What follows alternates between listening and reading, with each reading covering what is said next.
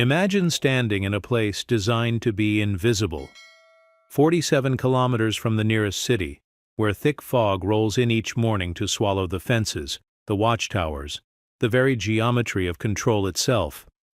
This is Waikeria Prison in New Zealand. $67 million of concrete and steel, built in 1996 to contain the dangerous and forgotten. But in August 2020, 17 men climbed onto a roof that was never meant to hold human beings. For 6 days, they stayed there, not trying to escape, not making demands, just existing in the only space that felt more livable than the cells below. 6 days that cost tens of millions in damage. 6 days that revealed how a modern prison designed for humane containment became a pressure cooker where heat had nowhere to go and human desperation had only one direction to move: upward. This isn't a story about a prison riot. This is a forensic examination of how engineering choices made in boardrooms can create conditions so intolerable that people will choose an exposed roof over purpose-built shelter. How optimization for cost and control can transform containment into something approaching torture. Today we open the classified engineering reports, the internal memos, the temperature logs that inmates kept with contraband thermometers.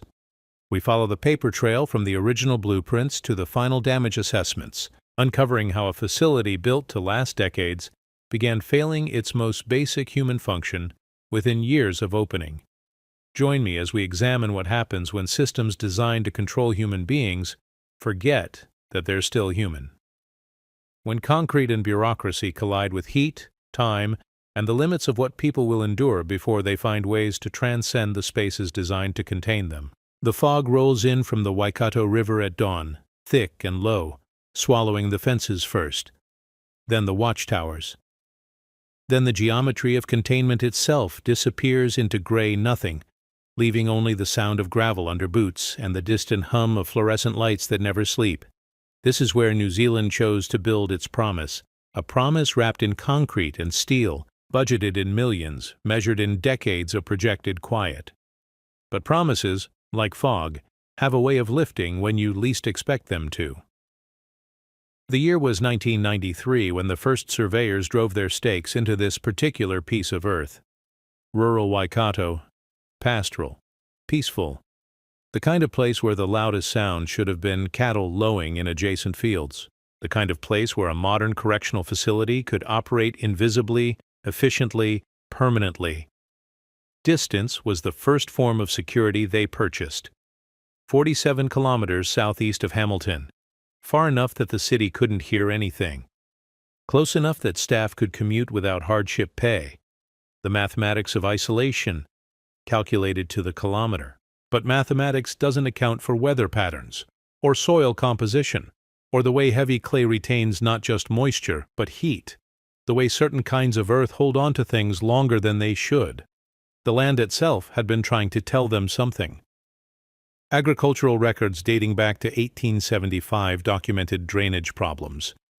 Seasonal flooding, clay so dense that farmers struggled with root vegetables. Soil that held water through dry spells and released it slowly, reluctantly, like a closed fist opening one finger at a time. The Geological Survey of 1992 noted moisture retention issues. Thermal mass considerations. The way this particular Earth absorbed heat during summer days and radiated it back through the night, creating microclimates that defied the official weather reports from Hamilton Airport. But geological surveys don't vote. Taxpayers do. And taxpayers wanted a modern prison that looked modern, cost efficiently, and kept dangerous people far away from their neighborhoods. The soil report was filed under non-critical infrastructure considerations. The thermal mass data was noted and set aside, non-critical. Those two words would echo through every decision that followed. The political framing was elegant in its simplicity. New Zealand needed to modernize its correctional system. The old facilities were overcrowded, outdated, expensive to maintain. Waikeria would be different. Humane, future-proof, a showcase for progressive incarceration that balanced public safety with rehabilitation potential.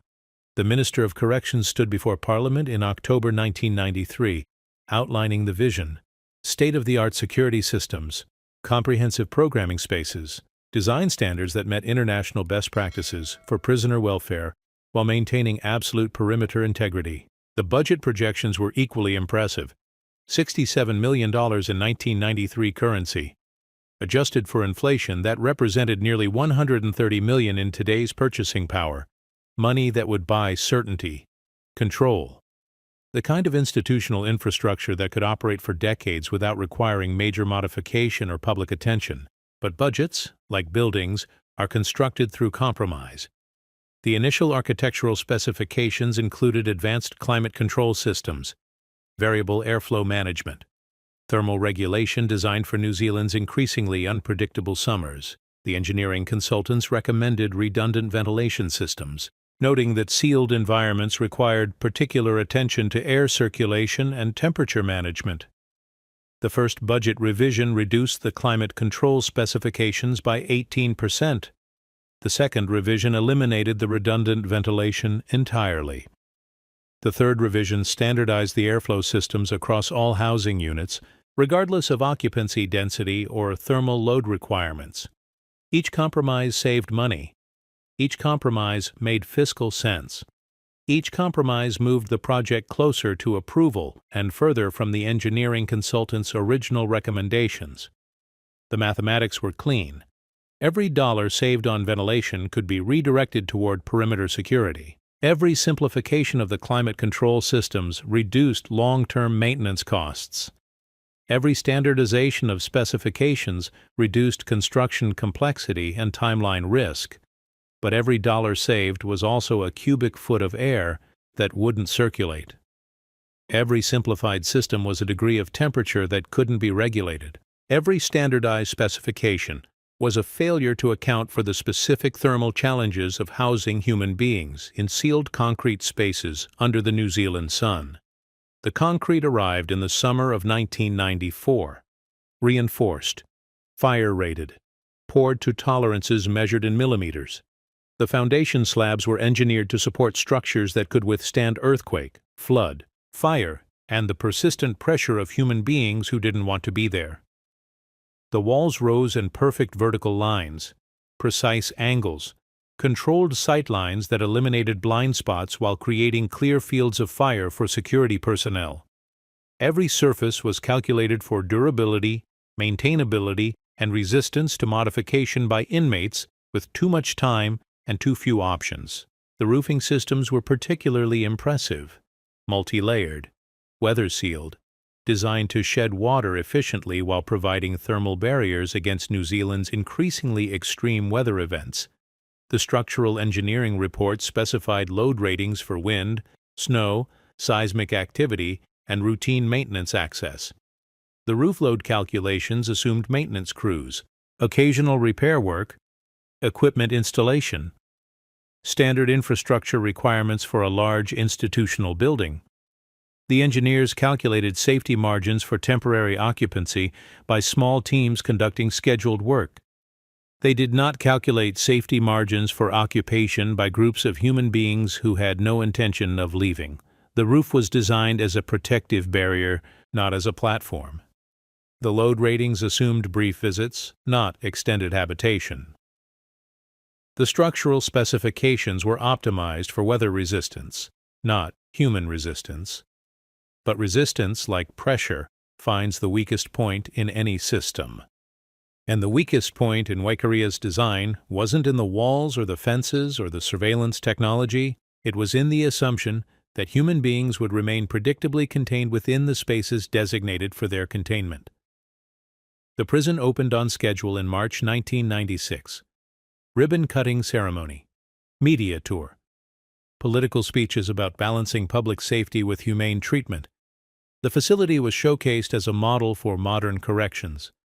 Clean, efficient, designed to operate invisibly within the New Zealand criminal justice system. The staff training emphasized perimeter integrity above all else, multiple redundant security systems, controlled movement protocols, communication procedures designed to maintain institutional security under any conceivable circumstance. The training manuals were comprehensive, detailed, and focused on preventing the unauthorized departure of inmates from the facility. The training did not include protocols for inmates who chose to go up instead of out. The security systems were calibrated for horizontal movement, not vertical occupation. The communications procedures assumed that incidents would occur within designated spaces, not in areas where no incidents were supposed to be possible. The first summer passed quietly. The climate control systems functioned adequately. Internal temperatures remained within acceptable ranges. The ventilation moved enough air to prevent obvious discomfort while maintaining the security requirements for controlled environment management. But adequately is not the same as optimally. Acceptable ranges are not the same as comfortable conditions. Moving enough air is not the same as moving sufficient air. The facility operated exactly as designed, which meant it operated at the minimum specifications necessary to prevent immediate crisis while maximizing long-term operational efficiency. The maintenance logs from that first summer documented gradual temperature increases throughout the housing units. Nothing dramatic. Nothing that triggered any automated alerts. Just a slow, steady accumulation of heat during the day that didn't fully dissipate overnight. Thermal mass working exactly as the geological survey had predicted it would. The inmates complained about the heat. The guards noted the complaints. The facility administrators reviewed the complaints and determined that they fell within normal operational parameters. No policy violations, no safety thresholds exceeded. No immediate action required. Complaints were expected. Discomfort was not necessarily a design flaw. Inmates were not supposed to be comfortable. They were supposed to be contained. The heat was unpleasant, but it wasn't dangerous. It was inconvenient, but it wasn't incapacitating. It was noted, but it wasn't actionable. The second summer was warmer. The complaints were louder. The maintenance logs showed higher peak temperatures and slower overnight cooling, but still within technical specifications, still below the thresholds that would trigger emergency interventions, still manageable through existing protocols and procedures. The third summer brought the first minor incidents, tempers that escalated faster in the heat, conflicts that emerged from small frustrations magnified by the persistent discomfort of sealed spaces that couldn't shed their accumulated thermal load. Nothing that couldn't be managed through standard disciplinary procedures. Nothing that suggested systematic problems with the facility design. But tensions, like heat, accumulate gradually until they reach a point where gradual becomes sudden, where manageable becomes unmanageable, where minor incidents become major emergencies. And in sealed environments, there are only two directions that pressure can move when it finally exceeds the system's capacity to contain it. It can move outward, through the walls and fences and security barriers that were designed to prevent exactly that kind of movement. Or it can move upward, toward the only space that wasn't designed to contain anything at all, toward a roof that was never meant to be occupied, toward the sky that couldn't be secured, controlled, or contained. Quiet, it turns out, does not mean stable. And stable, it turns out, is not the same thing as permanent. The fog lifts every morning in Waikeria, revealing the geometry of containment in sharp detail. But fog, like pressure, always returns when conditions are right. The morning shift arrives at 5:30, when the air is still cool and the concrete hasn't yet begun its daily absorption of heat. This is the quiet hour, the hour when the machine runs smoothest, when the rhythms of institutional control feel almost natural, when the system demonstrates exactly why it was built this way. The housing units stretch in precise parallel lines, each one a study in calculated efficiency. Unit 1 houses 84 inmates in 42 cells. Unit 2 mirrors it exactly. Unit 3. Unit 4. Geometric repetition that reduces variables, simplifies staffing, and creates the kind of operational predictability that keeps budgets stable and administrators comfortable. But geometry also creates patterns, and patterns under the right conditions can become problems. The cells were designed with security sightlines as the primary consideration, each door positioned for maximum visibility from guard stations, each window sized to prevent passage while allowing surveillance, each wall thickness calculated to prevent unauthorized modification while maintaining cost efficiency. The result is architecture that prioritizes observation over circulation, control over comfort. Air moves differently in spaces designed for surveillance. Corridors funnel wind patterns, corners create dead zones. The same sightlines that allow guards to monitor inmate activity also channel airflow in ways that weren't fully modeled during the design phase. Hot air rises, but when it can't escape efficiently, it pools in precisely the spaces where people spend the most time. The daily schedule begins at 600 hours with unlock. Cell doors open in sequence, creating a mechanical percussion that echoes through corridors designed to carry sound for security purposes. The acoustic properties that help guards monitor conversations also amplify every fan motor, every ventilation system strain, every subtle indication that the building is working harder than it was designed to work. Breakfast is served in shifts. 84 inmates from Unit 1 at 0630, Unit 2 at 0700. The dining hall accommodates 160 inmates maximum, which requires precise timing, controlled movement, and absolutely no disruption to the schedule. Any delay creates backlog. Any backlog creates crowding. Any crowding in an underventilated space creates heat. The mathematics of human thermal load are straightforward. An adult male at rest generates approximately 100 watts of heat. During physical activity, that number doubles or triples. Multiply by 84 inmates in a sealed space with marginal air circulation, and the temperature rise is predictable, measurable, and cumulative. But predictable doesn't mean preventable, and cumulative means that each day starts slightly warmer than the previous day ended. The guards notice first.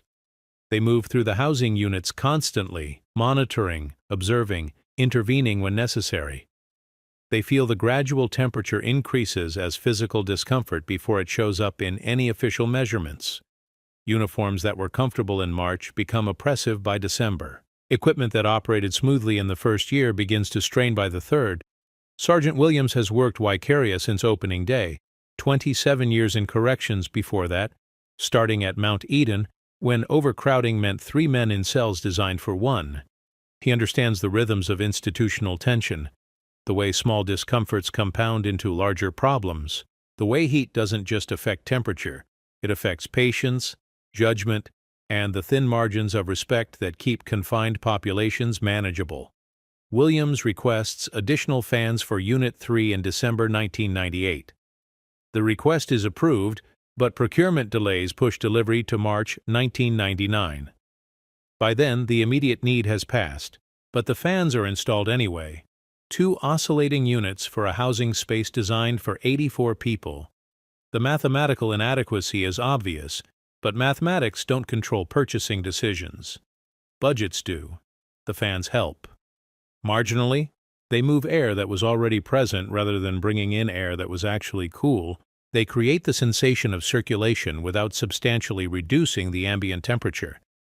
They provide psychological relief that translates to measurable reduction in incident reports, which translates to documentation that the problem has been addressed. But addressing symptoms is not the same as solving problems, and problems that aren't solved don't disappear. They migrate. They find expression in different ways, at different times, through different vulnerabilities in the system. The maintenance crew understands this better than anyone.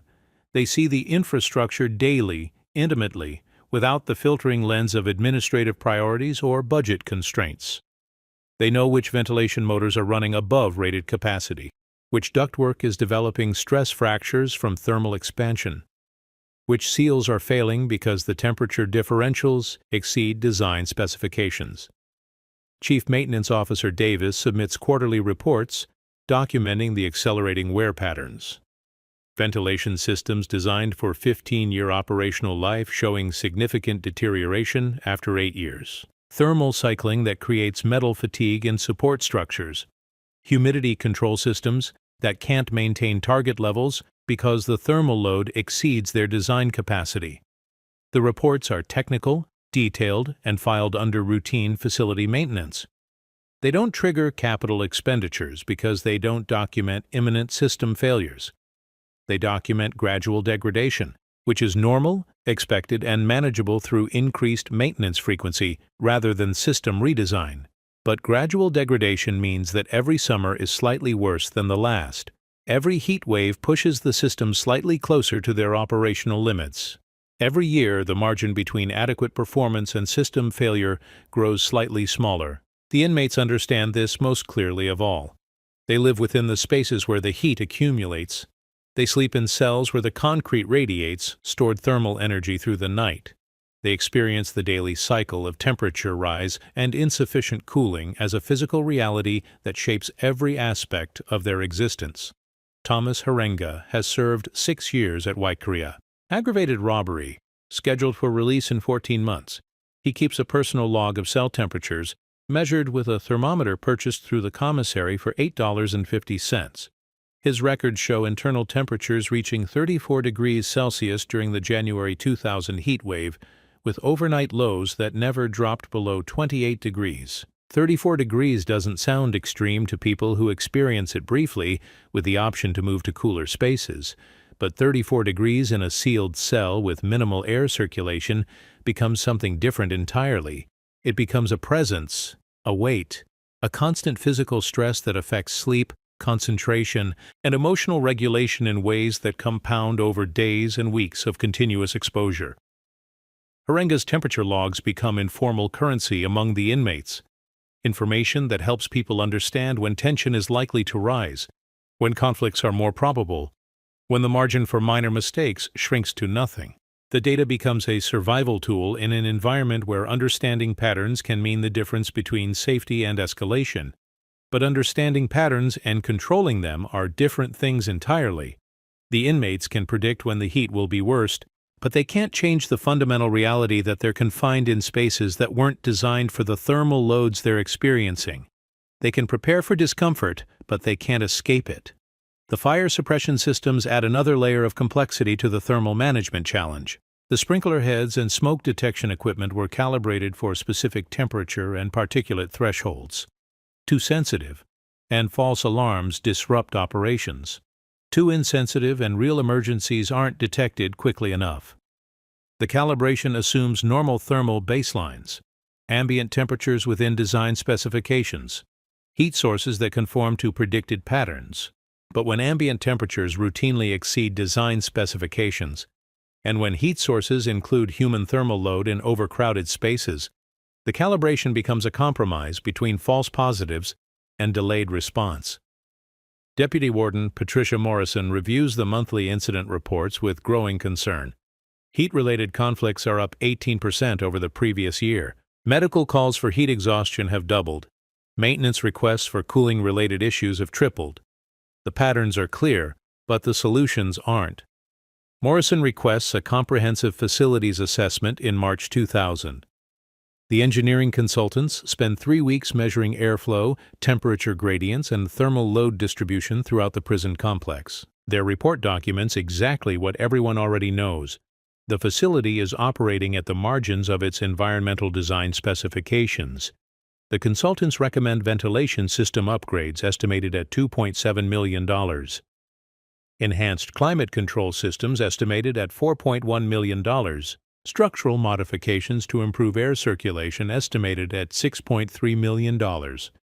Total recommended improvements, $13.1 million, or roughly 20% of the original construction cost. The recommendations are reviewed, prioritized, and scheduled for consideration during the next capital planning cycle, which means they'll be evaluated against competing priorities across the entire correction system, which means they'll be weighed against new facility construction, technology upgrades, and the political reality that spending money on inmate comfort is difficult to justify to taxpayers who believe that prison should be uncomfortable. The summer of 2019 arrives with unusual intensity. Weather patterns shifted by climate change bring temperatures that exceed historical averages for the region.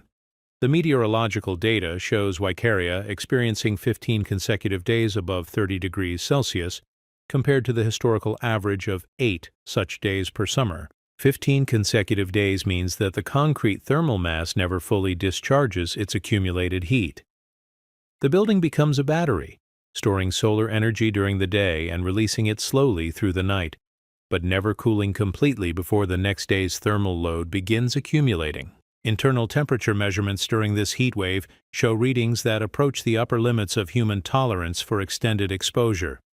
36 degrees in some housing units, 38 degrees in poorly ventilated common areas, 40 degrees in maintenance spaces where inmates work daily. But tolerance limits are guidelines, not absolute thresholds. Humans can survive higher temperatures for longer periods if they have access to water, electrolytes, and periodic relief. The medical protocols focus on preventing heat stroke and dehydration rather than ensuring comfort. Survival, not comfort, becomes the operational standard. The inmates adapt through informal networks and improvise solutions. Wet towels shared between cells to provide evaporative cooling, coordinated schedules to minimize overcrowding in common areas during peak heat hours, information sharing about which spaces offer marginally better thermal conditions. These adaptations work, mostly, but they require cooperation, patience, and the kind of social cohesion that becomes increasingly difficult to maintain when everyone is physically stressed, sleep-deprived, and confined in spaces that feel more oppressive with each passing day. James Warepapa has served 11 years at Waikeria. Drug trafficking charges with gang associations. 5 years left on his sentence. He's seen the facility change, watched the gradual degradation of environmental conditions, observed the patterns of tension that build when the systems can't cope with their thermal loads. Warepapa organizes informal cooling rotations in his housing unit, groups of inmates taking turns in the marginally cooler corridor spaces, schedules that maximize the benefit of limited air circulation, agreements that prevent conflicts over access to the few spaces that offer relief from the accumulating heat. But informal solutions only work when everyone participates voluntarily. When the stress becomes too great, when sleep deprivation affects judgment, when the physical discomfort overwhelms social cooperation, even the best informal systems begin to break down. The summer of 2019 becomes a stress test that reveals exactly how close to failure the entire system has drifted. Not failure in the sense of immediate catastrophic collapse, but failure in the sense that the margin for error has disappeared. Every small problem becomes magnified. Every minor conflict has the potential to escalate. Every day that the heat doesn't break increases the likelihood that something else will. The maintenance logs from August 2019 tell the story in precise, technical language. Ventilation motor failures up 40%. HVAC service calls exceeding capacity. Emergency repairs that require overnight work because the systems can't be shut down during peak thermal load periods without risking immediate crisis. Chief Davis submits an emergency maintenance budget request in September 2019. The heating and cooling systems are operating beyond sustainable parameters. Component failures are accelerating. The risk of cascading system failures during the next summer heat wave is significant and measurable. The emergency budget is approved for critical repairs only.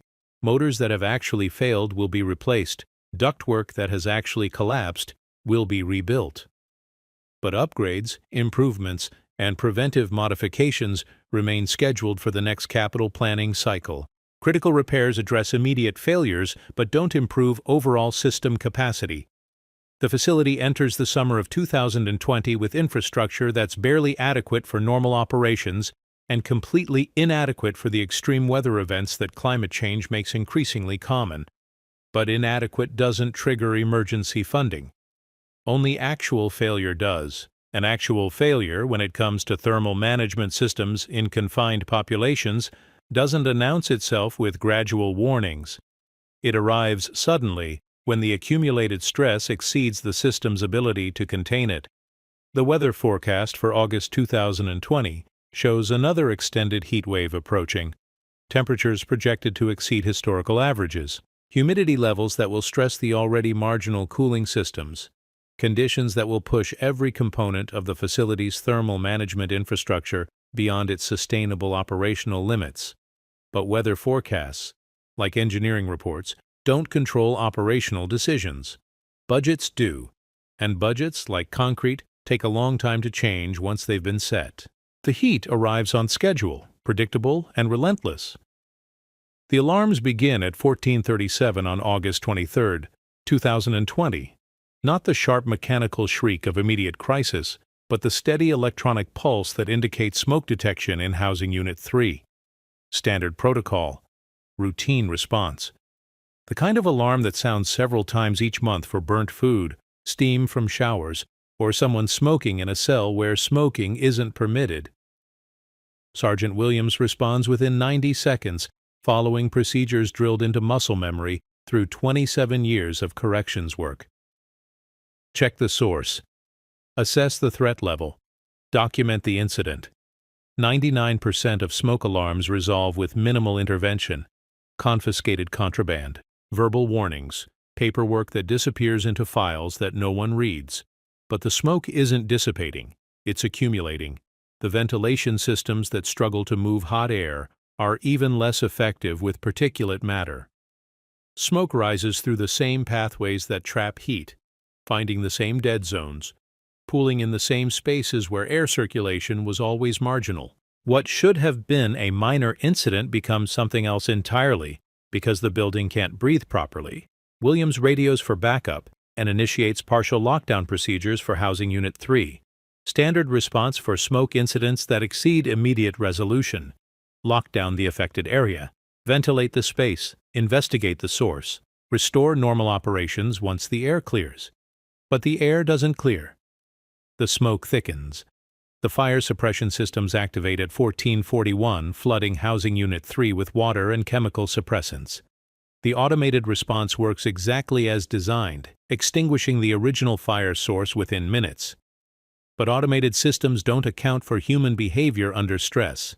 They don't predict how confined populations will respond when their already marginal living conditions become actively threatening. The inmates in Housing Unit 3 evacuate to the exercise yard as per emergency protocols. 84 men moving through corridors filled with smoke, water, and the chemical residue of fire suppressants. The evacuation proceeds smoothly, professionally, exactly as trained. No injuries, no incidents, no immediate indication that this will be anything other than a routine emergency response. But routine assumes that people will return to spaces that feel safe, manageable, and habitable. And Housing Unit 3, flooded with water and reeking of smoke, doesn't feel like any of those things. Tommy Ngata has served 4 years at Waikeria. Assault charges. 18 months left on his sentence. He stands in the exercise yard watching smoke pour from the windows of his housing unit and realizes that he's looking at the place where he's supposed to sleep tonight, where he's supposed to return when the emergency response is complete, where he's supposed to pretend that everything is normal. The yard is hot, concrete surface that's been absorbing solar energy all day. No shade except along the perimeter fence where inmates aren't permitted to congregate. But it's still cooler than Housing Unit 3 has been for the past week. It's still more comfortable than anywhere inside the building. Ngata isn't thinking about escape. None of them are. Escape means climbing fences topped with razor wire, crossing open ground under surveillance and hoping to evade capture long enough to matter. The mathematics of escape from Waikeria are prohibitive, and everyone understands that. But standing in the yard, breathing air that isn't filled with smoke or trapped heat, looking up at sky that stretches beyond concrete walls, Ngata and 16 other inmates begin thinking about something different, not escape. Elevation. The maintenance ladders are clearly visible from the exercise yard, fixed to the exterior walls for routine roof access. Designed for staff use during scheduled maintenance operations. Secured with locks that prevent unauthorized access, but not secured against people who are already inside the perimeter and have nothing left to lose. The ladders were never considered a security risk because they only provide access to the roof. And the roof isn't an escape route, it's a dead end. No way down except the same ladders. No way out except through the same security systems. No strategic advantage except altitude. But altitude, under the right circumstances, can be the most powerful strategic advantage of all. Williams receives word at 15:20 that Housing Unit 3 will remain uninhabitable for at least 48 hours. Smoke damage to the ventilation systems. Water damage to electrical systems. chemical residue that requires specialized cleaning before the space can be safely reoccupied. The inmates will need to be housed in emergency overflow areas until repairs are completed. Emergency overflow means the gymnasium, temporary bedding, portable sanitation facilities. All 84 inmates from Housing Unit 3 crammed into a space designed for recreation, not habitation, a space with even less ventilation than their regular cells. A space that will be hotter, more crowded, and less tolerable than what they've already endured. The announcement comes at 15:45. Report to the gymnasium for temporary housing assignment. Maintain orderly movement. Cooperate with staff instructions. Normal operations will resume as soon as possible. 17 inmates don't move toward the gymnasium. They move toward the maintenance ladders. The climb takes 4 minutes. Tommy and Gata first, then James Warepapa, then 15 others who decide that anywhere is better than another night in overheated concrete spaces that smell like smoke and defeat. The locks on the maintenance ladders are standard institutional hardware, difficult to cut, impossible to pick, but not designed to prevent access by people who have unlimited time and improvised tools. The first lock breaks at 15:52, the second at 15:55.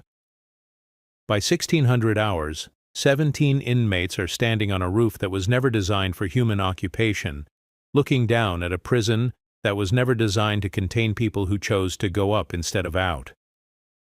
Deputy Warden Morrison receives the report at 16:05. 17 inmates have accessed an unauthorized area. No violence, no hostages, no immediate threat to perimeter security, but also no clear protocol for response, because no one ever planned for inmates occupying spaces that weren't supposed to be occupiable. The roof protocols exist, but they address maintenance scenarios, weather emergencies, equipment failures, situations where authorized personnel need safe access and egress. They don't address situations where unauthorized personnel choose to remain in spaces they weren't supposed to reach. Morrison calls for additional security staff and initiates negotiations protocols. Standard procedure for any incident involving multiple inmates in non-standard situations. Establish communication. Assess demands. Determine resolution timeline. Minimize escalation while maintaining institutional authority. But negotiation assumes that both parties want something achievable. The inmates on the roof don't want anything specific. They don't have demands. They don't have a timeline. They just want to not be in spaces that have become unlivable. They want to breathe air that isn't trapped and recycled. They want to see horizons that extend beyond concrete walls. The first night passes without incident. The inmates sleep on the roof under clear skies. No violence. No destruction. No attempt to escape or signal outside assistance. They simply exist in a space that feels more habitable than the spaces they were supposed to occupy.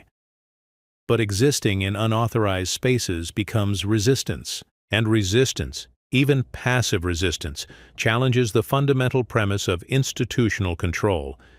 If inmates can choose where to be, then the system's ability to dictate where they must be is compromised. The media arrives on day 2. Helicopters with cameras, television crews with long telephoto lenses, news reports that describe the situation as a rooftop siege, even though no one is being held hostage and no demands have been made. The language of crisis applied to a situation that would be completely unremarkable if it were happening anywhere except on a prison roof. But prison roofs aren't supposed to have people on them. The visual of inmates occupying space above the containment infrastructure creates a powerful image that suggests system failure, even when the system continues to function exactly as designed for everyone who isn't on the roof. Warden Campbell arrives on day 3 with crisis management consultants and media relations specialists. The incident has attracted national attention. Questions are being asked about facility security, institutional management, and the conditions that led 17 inmates to choose roof occupation over standard housing arrangements. Campbell authorizes negotiations through Bullhorn communication. The inmates are offered improved housing conditions, enhanced recreation privileges, and formal review of grievances related to environmental conditions. Standard incentives designed to encourage voluntary compliance with institutional authority. But the inmates aren't seeking improved conditions within the existing system. They're demonstrating that the existing system has become intolerable. They're not demanding better cells. They're rejecting the concept of cells that trap heat and smoke and human beings in spaces that weren't designed for human habitation. The negotiations continue for 6 days. 6 days of inmates sleeping under stars instead of concrete ceilings. 6 days of breathing unfiltered air instead of the recycled atmosphere of sealed housing units. 6 days of existing in a space where the horizon extends beyond containment walls. 6 days of proving that people can survive outside the spaces designed to contain them. 6 days of visual evidence that the system's power depends entirely on people's willingness to remain within the spaces designated for their confinement. The roof occupation ends on day 6, not through negotiation or resolution, but through exhaustion. Physical exhaustion from exposure to weather without adequate shelter. Psychological exhaustion from maintaining resistance that can't achieve concrete change. The practical exhaustion of proving a point that everyone already understood, but 6 days is long enough for the media to document every aspect of the incident, long enough for engineering consultants to assess the structural damage caused by extended human occupation of spaces not designed for it, long enough for the true costs of system failure to become measurable in ways that go far beyond the immediate incident.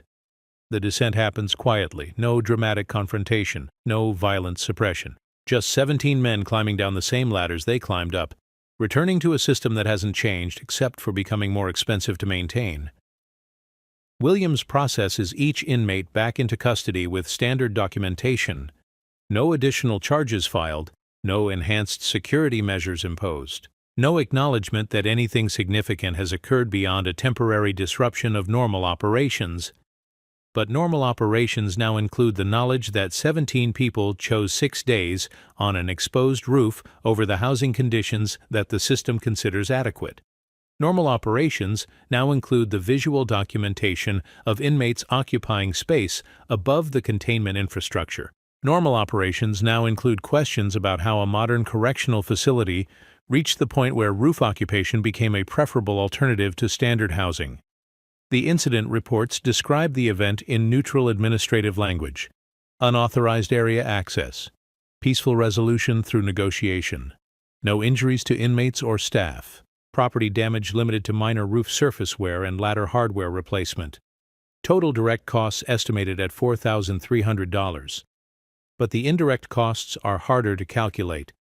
The overtime pay for additional security staff during the 6-day incident, the consultation fees for crisis management specialists, the media relations expenses for damage control efforts, the administrative time spent on incident investigation and policy review, and the cost that can't be calculated at all, the cost of proof that the system has fundamental problems that can't be solved through minor adjustments or routine maintenance.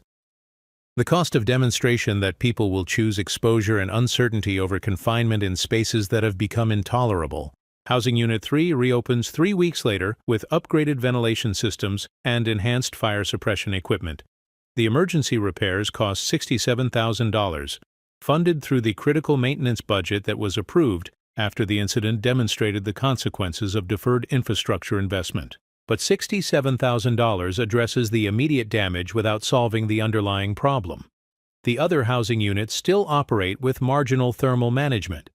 The overall facility still functions at the limits of its environmental design specifications.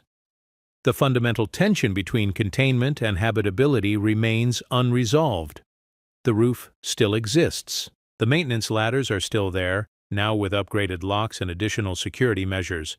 The space above the containment infrastructure is still accessible to people with enough motivation and enough time to find ways around obstacles that were designed to prevent access but not to prevent determination. Morrison submits a comprehensive incident report that documents the environmental factors contributing to the roof occupation: heat stress, overcrowding, ventilation inadequacy, infrastructure degradation. All the technical problems that created conditions where roof occupation became preferable to standard housing. The report recommends systemic infrastructure upgrades estimated at $12.4 million, enhanced climate control throughout the facility, redesigned ventilation systems for each housing unit, structural modifications to improve air circulation and thermal management. The recommendations are reviewed, prioritized, and scheduled for consideration during the next budget cycle, which means they'll compete with other capital projects across the correction system, which means they'll be evaluated against new construction, technology upgrades, and the ongoing challenge of maintaining aging infrastructure on budgets that never seem adequate for the problems they're supposed to solve. But budget cycles don't control weather patterns, and weather patterns, influenced by climate change, continue to push thermal loads beyond the design specifications of facilities built when extreme heat was less common and less persistent. The roof remains, empty now but accessible, a space above containment that proved people could occupy it, survive in it, and use it to demonstrate the failures of the containment systems below. 17 men spent 6 days proving that walls and fences and surveillance technology can only contain people who consent to being contained, that when containment becomes intolerable, people will find ways to transcend it, even if transcendence only means choosing sky over concrete, exposure over enclosure, uncertainty over the predictable misery of spaces designed to trap everything except hope. The fog still rolls in from the Waikato River each morning, but it lifts now on a facility that everyone knows can be transcended. The containment remains perfect for people who choose to remain within it. But perfection, like concrete, can crack under pressure that accumulates slowly until it finds the weakest point and breaks through, suddenly, toward whatever space offers relief. The silence that follows is not peaceful. It's the silence of reckoning, of calculators clicking in administrative offices where numbers must be made to make sense, of engineering reports that transform 6 days of human desperation into line items and cost projections, of a system discovering that its most expensive failure wasn't the riot that never happened, but the quiet demonstration that containment is only as strong as people's willingness to be contained. The damage assessment begins while the roof is still warm from bodies that chose exposure over enclosure. Structural engineers arrive with measuring devices and clipboards, documenting every stress fracture, every point where human weight exceeded design specifications, every indication that the building was used in ways its creators never imagined. The roof surface shows wear patterns from 17 people moving, sleeping, existing in a space designed for occasional maintenance access. The substrate materials compressed under loads they were never rated to bear. The waterproof membranes punctured by improvised shelters constructed from materials that inmates carried up maintenance ladders one piece at a time. But the structural damage is negligible compared to the systemic damage. The visual proof that people preferred an exposed roof to climate-controlled housing. The documented evidence that modern correctional design could create conditions so intolerable that inmates would choose uncertainty over the predictable discomfort of purpose-built containment spaces. Chief Structural Engineer Rebecca Martinez spends 4 days measuring, testing, and documenting every surface that supported human occupation during the 6-day incident. Her preliminary assessment estimates $43,000 in direct roof repairs, membrane replacement, substrate reconstruction, waterproofing restoration, standard building maintenance at premium emergency rates. But Martinez's detailed report identifies problems that extend far beyond roof damage. The incident revealed load-bearing vulnerabilities throughout the facility's vertical infrastructure, maintenance ladders that couldn't support sustained climbing traffic, exterior wall systems that weren't designed for improvised access routes, security hardware that failed when subjected to patient, persistent manipulation by people with unlimited time and strong motivation. The security assessment is more troubling than the structural evaluation. The incident demonstrated that the facility's vertical containment relied entirely on the assumption that inmates wouldn't attempt to access unauthorized areas. No physical barriers prevented roof access once someone reached the maintenance ladders. No surveillance systems monitored spaces that weren't supposed to require monitoring. Security consultant David Chen reviews 6 days of surveillance footage, documenting exactly how 17 inmates accessed and occupied a space that security protocols didn't address. The footage shows systematic planning, coordinated movement, and careful resource management by people who understood the facility's vulnerabilities better than the people who designed its security systems. Chen's report recommends enhanced vertical security measures estimated at $187,000, upgraded access controls for maintenance areas, additional surveillance coverage for previously unmonitored spaces, physical barriers that would prevent unauthorized climbing access to roof areas. But physical barriers address symptoms without solving underlying problems. Enhanced security prevents roof access without improving the conditions that made roof access preferable to standard housing. The fundamental tension between containment and habitability remains unresolved, simply redirected toward other potential failure points. Warden Campbell reviews the preliminary cost estimates with growing awareness that the incident's true expense extends far beyond immediate repairs and security upgrades. The media coverage has attracted attention from corrections oversight committees, prisoner rights organizations, and political figures who see opportunity in questions about facility management and inmate treatment. The political costs prove more significant than the structural ones.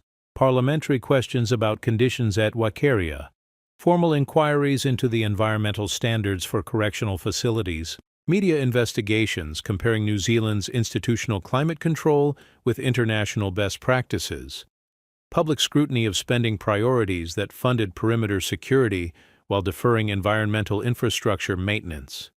Minister of Corrections Janet Walker calls for a comprehensive review of environmental conditions across all New Zealand correctional facilities. The review will assess thermal management, ventilation adequacy, and climate control systems at every prison in the country. The scope includes engineering evaluations, inmate surveys, and comparison with international standards for institutional environmental management. The comprehensive review contract is awarded to Thompson Engineering Consultants for $467,000. 6 months of detailed facility assessments, technical evaluations of environmental systems, recommendations for systematic improvements across the entire corrections infrastructure. But comprehensive reviews take time, and thermal loads don't wait for bureaucratic processes. The summer of 2021 arrives with weather patterns that exceed even the extreme conditions of the previous year. Climate change acceleration brings temperatures that stress infrastructure designed for historical averages rather than contemporary realities.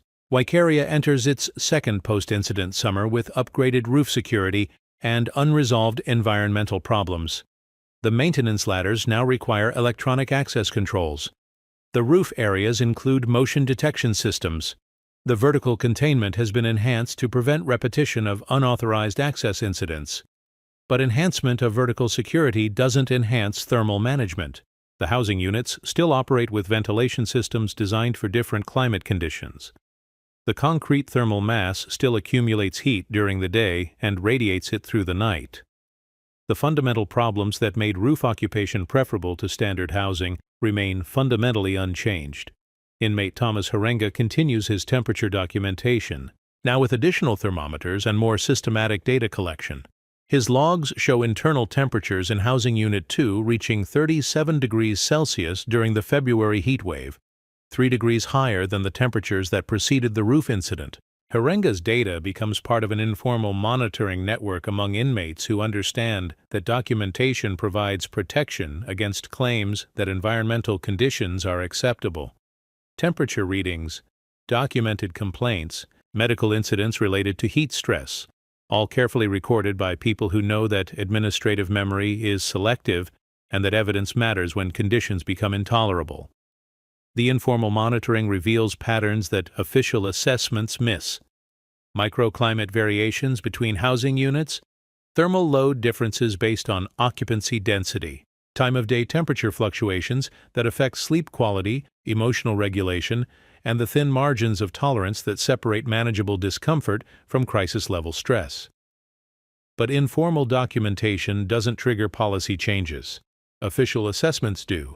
And official assessments are scheduled, funded, and conducted according to bureaucratic timelines that don't align with weather patterns or human endurance limits.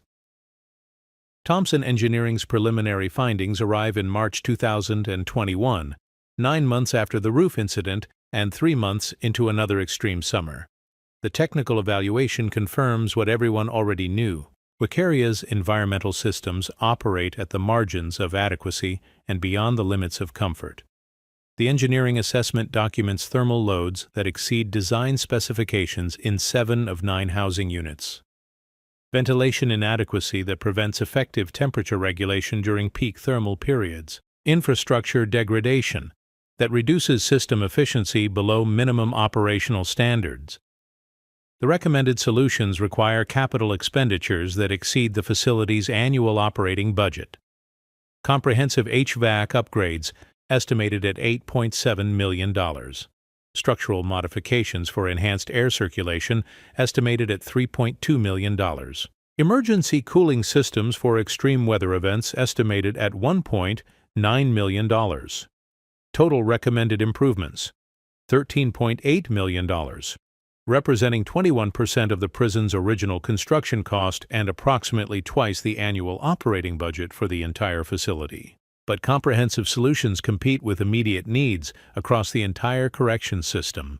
New facilities under construction, technology upgrades for existing prisons, staffing increases to address overcrowding, healthcare improvements required by court orders, educational programs mandated by rehabilitation policies. The Thompson engineering recommendations are prioritized, phased, and scheduled for implementation over a 5-year timeline subject to annual budget approvals and capital funding availability, which means that comprehensive solutions will be implemented gradually, if they're implemented at all. While thermal loads continue to exceed infrastructure capacity every summer, Deputy Warden Morrison reviews the phased implementation timeline with frustration that borders on despair. 5 years of marginal improvements while weather patterns become increasingly extreme. 5 years of managing facility operations that everyone knows are environmentally inadequate but bureaucratically acceptable. Morrison submits an alternative proposal focused on immediate interventions that could provide meaningful relief within existing budget constraints. Portable cooling units for extreme weather periods, enhanced water access during thermal stress events, modified lockdown schedules that minimize heat exposure during peak temperature hours. The alternative proposal costs $430,000, representing 3% of the comprehensive solution, but potentially providing 30% of the thermal relief. Emergency measures that acknowledge the gap between ideal solutions and practical possibilities, but emergency measures, by definition, are temporary responses to permanent problems. Portable cooling units address immediate thermal loads without improving long-term infrastructure capacity. Enhanced water access prevents heat stroke without eliminating heat stress. Modified schedules reduce exposure without reducing temperatures. The alternative proposal is approved for pilot implementation during the summer of 2021. Portable units are installed in the 3 housing units with the highest recorded thermal loads. Water distribution is enhanced during predicted extreme weather periods. Movement schedules are modified to reduce population density in poorly ventilated spaces during peak heat hours. The pilot program provides measurable improvements. Average housing unit temperatures reduced by 2.3 degrees Celsius during extreme weather periods. Heat-related medical incidents reduced by 47% compared to the previous summer. Inmate grievances related to environmental conditions reduced by 31%. But measurable improvements don't eliminate the underlying problems. 2.3 degrees of cooling still leaves internal temperatures well above comfortable levels during extreme weather. Reduced medical incidents still means that people are experiencing heat stress, just not to the point of requiring emergency medical intervention, and pilot programs are temporary by design. The portable cooling units require rental fees that aren't sustainable beyond the demonstration period. The enhanced water distribution requires additional staffing costs that can't be maintained without permanent budget increases. The modified movement schedules reduce operational efficiency in ways that create different problems while solving the immediate thermal management issues. Successful pilot programs become recommendations for permanent implementation, which means returning to the same budgetary processes that delayed comprehensive solutions in the first place. The demonstration that temporary measures can provide meaningful relief becomes evidence that permanent measures aren't immediately necessary. But meaningful relief isn't the same as adequate conditions, and adequate conditions aren't the same as humane conditions. The gap between what's possible within existing constraints and what's necessary for genuine habitability remains unbridged by partial solutions and phased implementations. James Warepapa completes his sentence in November 2021, 11 years after arriving at Waikeria, and 16 months after spending 6 days on a roof that proved people could survive outside spaces designed to contain them. His release processing includes standard interviews about institutional conditions, future plans, and recommendations for facility improvements. Warepapa's institutional evaluation is diplomatically neutral. No complaints about staff treatment, no specific criticisms of security procedures, no dramatic statements about the roof incident or its aftermath. Just quiet acknowledgement that some places become unlivable long before they become officially uninhabitable. But diplomatic neutrality doesn't mean the experience lacks impact. Warepapa carries knowledge that containment is only as absolute as people allow it to be, that systems designed to control human behavior can only function when people choose to comply with the constraints imposed on them, that sometimes the most powerful resistance is simply choosing to exist in spaces that weren't designed for your existence. The knowledge spreads through informal networks that connect current and former inmates across New Zealand's correctional system. Stories about 6 days on a roof that proved physical containment has limits. Information about which facilities have environmental problems and which have found solutions. Understanding that official descriptions of institutional conditions often differ significantly from lived experience of those conditions. Chief Maintenance Officer Davis retires in December 2021 after 34 years managing infrastructure systems in institutional settings. His final maintenance report documents the accumulated deferred maintenance costs that created the conditions leading to the roof incident. Davis calculates that systematic infrastructure investment of $2.7 million annually, beginning in 2010, would have prevented the environmental problems that made roof occupation preferable to standard housing. The cost of prevention, spread over 11 years, would have been substantially lower than the cost of crisis response, system failure, and reputation damage. But prevention requires investment in problems that haven't yet become visible. Crisis response addresses problems that can't be ignored. The political and bureaucratic incentives favor reactive rather than proactive infrastructure management, even when proactive management is more cost-effective over extended time periods.